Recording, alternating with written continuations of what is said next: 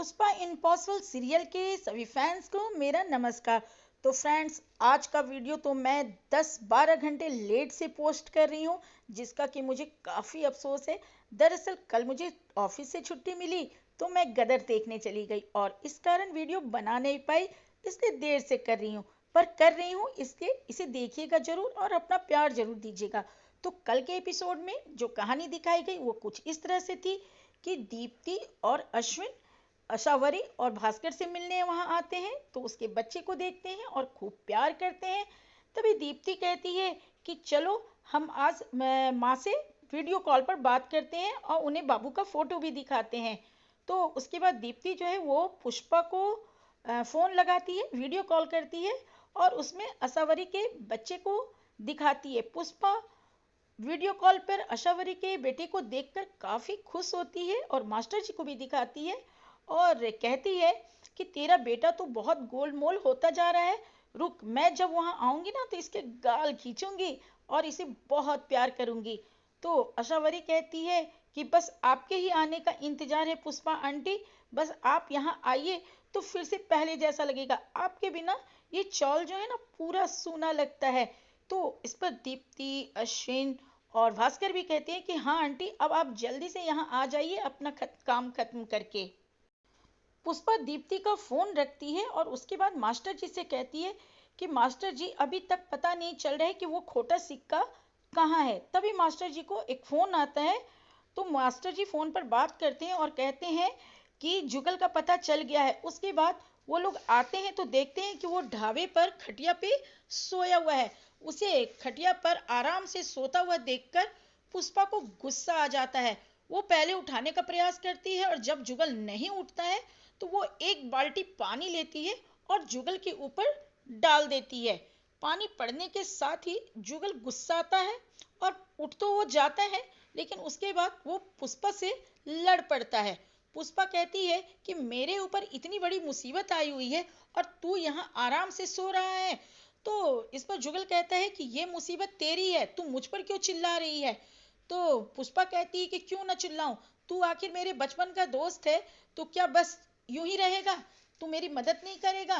तो उस पर वो कहता है कि ये लड़ झगड़ तू इस तरह से मेरे से लड़ेगी झगड़ेगी तो क्यों करूंगा मदद।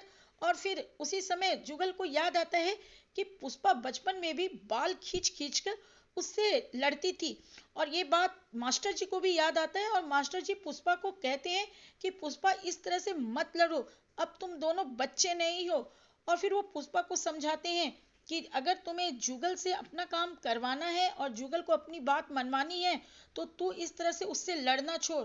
तो फिर पुष्पा भी शांत हो जाती है मास्टर जी के कहने पे और उसके बाद जुगल से कहती है कि देख जुगल, मैं बार बार तुझसे रिक्वेस्ट कर रही हूँ, हाथ जोड़ रही हूँ कि उन तीनों पे जो इल्जाम लगाया है वीरेंद्र सेतेवार ने, उस पर तू कुछ तो कर, उन्हें छुड़वाने के लिए वो तीनों थाने पे हैं। अगर इस तरह से रहेगा तो मेरे पटोले का काम कैसे शुरू होगा, मैं उन्हें यहाँ से कैसे मुंबई ले जाऊंगी। तो फिर शांत होकर जुगल कहता है हाँ, इस तरह से तू मुझसे रिक्वेस्ट कर और चल फिर से एक बार रिक्वेस्ट कर। तो मास्टर जी के कहने पे वो फिर एक बार जुगल से रिक्वेस्ट करती है, तो जुगल कहता है कि नहीं, थोड़ा सा और अच्छा से रिक्वेस्ट कर। तो तीसरी चौथी बार पुष्पा उससे रिक्वेस्ट करती है तो वो मान जाता है। उसके बाद वो अपने आगे का प्लान बताता है और कहता है मैं अभी यहाँ पर तुम्हें कुछ नहीं बताऊंगा, अब तुम सीधे पुलिस स्टेशन चलना और वहां देखना कि मैंने क्या किया है। अब पुलिस स्टेशन का सीन दिखाया गया है। पुलिस स्टेशन में वीरेंद्र सेतलवार बैठा हुआ है और वहां जुगल सेतलवार भी आता है। दोनों ही भाइयों का आमना सामना होता है और यहाँ पर पहले ही जैसा कि आप जान चुके हैं कि सत्यापित हो चुका है कि वर्कशॉप से कोई पटोला चोरी नहीं हुआ है, क्योंकि उन तीनों महिलाओं के घरों से कोई पटोला छानबीन में नहीं मिलता है और तीनों ही महिलाएं पटोला न मिलने के कारण निर्दोष साबित हो जाती हैं। लेकिन अब यहाँ पे प्रश्न उठता है कि अगर पटोले की चोरी नहीं हुई है तो फिर ये पटोले गए कहाँ।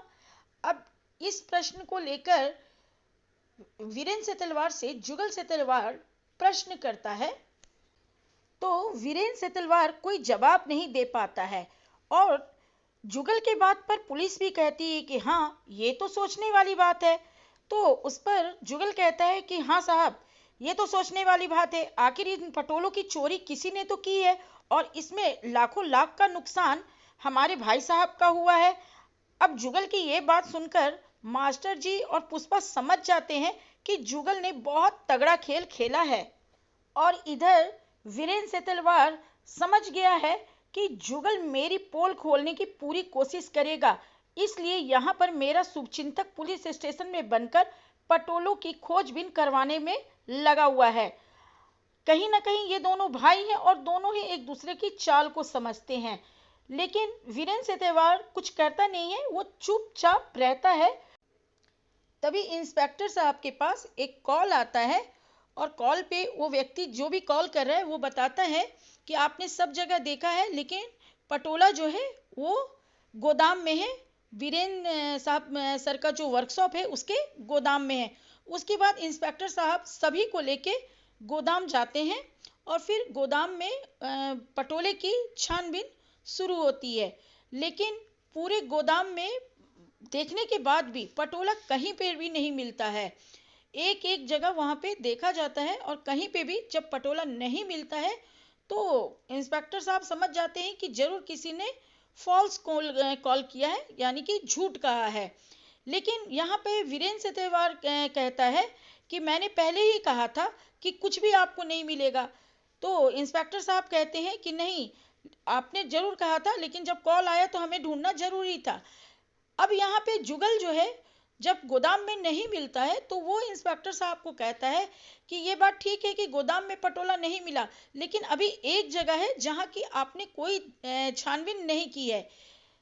तभी इंस्पेक्टर साहब उससे पूछते हैं कि अब कौन सा जगह छूटा है, तो वो कहता है कि आपने वीरेन भाई के केबिन में छानबीन नहीं की है, हो सकता है कि पटोला वहां हो। जुगल के मुंह से यह सुनने के बाद वीरेन को काफी आश्चर्य होता है कि ये जुगल क्या कर रहा है। लेकिन जुगल को मालूम है कि वीरेन भाई को चकमा देने का, उन्हें मात देने का यही तरीका है। अभी पुलिस है और मैं चाहूँ जो भी पुलिस से करवा सकता हूँ, बाकी मैं अकेले चाहूंगा भी तो भाई साहब करने नहीं देंगे। तो जुगल के कहने पे पुलिस को कहना पड़ता है कि एक बार वीरेन साहब के केबिन में भी छानबीन कर लिया जाए। अब ये सब कुछ देखने के बाद पुष्पा और मास्टर जी को पूरा यकीन हो गया है कि जुगल ने बहुत ही अच्छा कोई ना कोई काम किया है, जिससे कि अब वीरेन को का जो चाल है वो सबके सामने आ जाएगा। अब इसके बाद वीरेन से तलवार के केबिन में छानबीन शुरू होती है और थोड़ी देर के छानबीन के बाद पटोले, यानी कि तीनों के तीनों पटोले मिल जाते हैं। अब वहां पे अपने केबिन में पटोले देखकर पहले तो वीरेन भी हैरान है, यानी कि वो एक्टिंग कर रहा है हैरान होने की। और जो पुलिस है वो बताती है कि तीनों पटोले मिल गए हैं। अब वहां पे तीनों पटोले मिलने के बाद का दृश्य काफी इंटरेस्टिंग है। वहां से पुलिस जाती है और वहां पे सभी लोग जान ही जाते हैं कि पटोले इनके केबिन में मिले हैं। अब पुलिस जो है कहती है कि वीरेंद्र सर, ये तो आपके पटोले आपके केबिन में कैसे आए, ये भी जरा सोचने की बात है कि आप इस केबिन में बैठते हैं, आप रहते हैं और फिर आपको ही नहीं मालूम है कि आपके केबिन में ये पटोले पहुंचे हैं। अब ये सारे सीन देख के तो पुष्पा हैरान हो गई है। उसकी हैरानगी को दूर करता है जुगल, और जुगल बताता है कि ये सब उसने कैसे किया। जब सुनील वर्कशॉप के सामने जब उसके लेबर डब्बा लेके जा रहे थे, पटोलों का डब्बा वर्कशॉप के अंदर लेके जा रहे थे, तो सुनील कागज पे स्टाम्प लगा के उन्हें एंट्री टिकट दे रहा था, एंट्री करवा रहा था। उसी समय जुगल का भी एक व्यक्ति वहां पे डब्बे लेकर आता है और उसे भी सुनील स्टाम्प लगा के अंदर एंट्री देता है। अब वो सुनील जुगल का जो आदमी है वो अंदर चला जाता है और उस डब्बे में तीनों पटोले रहते हैं और वो डब्बा लेके सीधे वीरेंद्र सर के केबिन में चला जाता है और केबिन में जाके ड्रॉवर में वो तीनों पटोलों को रख देता है। और वहां पर पटोले रखने के बाद वो जुगल को फोन करता है कि सर आपका काम हो गया, और उसके बाद वो धीरे से वहां केबिन से अपना काम करके निकल जाता है। जुगल से ये सारी बातों को जानने के बाद मास्टर जी और पुष्पा को बहुत हैरानी होती है कि जुगल एक तरफ कहता है कि वो साथ नहीं दे सकता है और दूसरी तरफ इतना बड़ा बड़ा साथ दे रहा है। ये जानकर पुष्पा को बहुत ही अच्छा लगता है और वो तहे दिल से जुगल का शुक्रिया अदा करती है और कहती है कि तू खोटा सिक्का है लेकिन काम बड़ा अच्छा करता है। फ्रेंड्स, अब आगे की सीन में सोनल और मनीष जी को दिखाया गया है। सोनल और मनीष जी घर में चाय पी रहे हैं, सोनल अपना काम कर रही है। तभी वहां पे दीप्ति और अश्विन आते हैं उनसे मिलने के लिए। दीप्ति और अश्विन के आने से सोनल और मनीष भाई काफी खुश होते हैं। लेकिन सोनल जो है ये जानना चाहती है कि अचानक से ये दोनों पति पत्नी हमसे मिलने के लिए कैसे आ गए। तो इस पर अश्विन कहता है कि मिलने के लिए तो हम आप लोगों से कभी भी आ सकते हैं, आप हमारे पेरेंट्स हैं, कभी भी हमारी इच्छा होगी तो हम आ सकते हैं। तो इस पर मनीष जी कहते हैं कि क्यों नहीं, आखिर तुम्हारा ही घर है। फिर भी सोनल को ये जानने की इच्छा है कि कोई ना कोई तो बात है कि स्पेशली हमसे मिलने के लिए आए हैं। तो मनीष कहते हैं कि अब क्या तुम्हें भी ये जानने की लग गई है, अरे भाई चाय वाय मंगाओ, इन्हें चाय वाय पिलाओ। तब भी सोनल पूछती है कि ये बताओ कि तुम दोनों किस लिए आए हो, जरूर कोई खास बात है। तो दीप्ति और अश्विन कहते हैं कि दरअसल ऐसा है कि हमारी चौल में जन्माष्टमी का बहुत बड़ा महोत्सव होने वाला है और हम लोग चाहते हैं कि आप दोनों भी चौल में आए और जन्माष्टमी के इस उत्सव का हमारे साथ आनंद लें। तो इस पर सोनल कहती है कि मैं तो नहीं आ पाऊंगी और फिर चौल में जन्माष्टमी हो रही है, ये तो बहुत अच्छी बात है, खुशी की बात है, लेकिन मैं नहीं आ पाऊंगी। तभी बीच में मनीष जी कहते हैं कि नहीं नहीं सोनल आएगी। तो सोनल कड़कती हुई नजर से मनीष को देखती है और कहती है कि ये तुमने कैसे कह दिया, तुम्हें नहीं मालूम है कि मुझे कई काम है और इतने सारे इंपॉर्टेंट मीटिंग अटेंड करने हैं।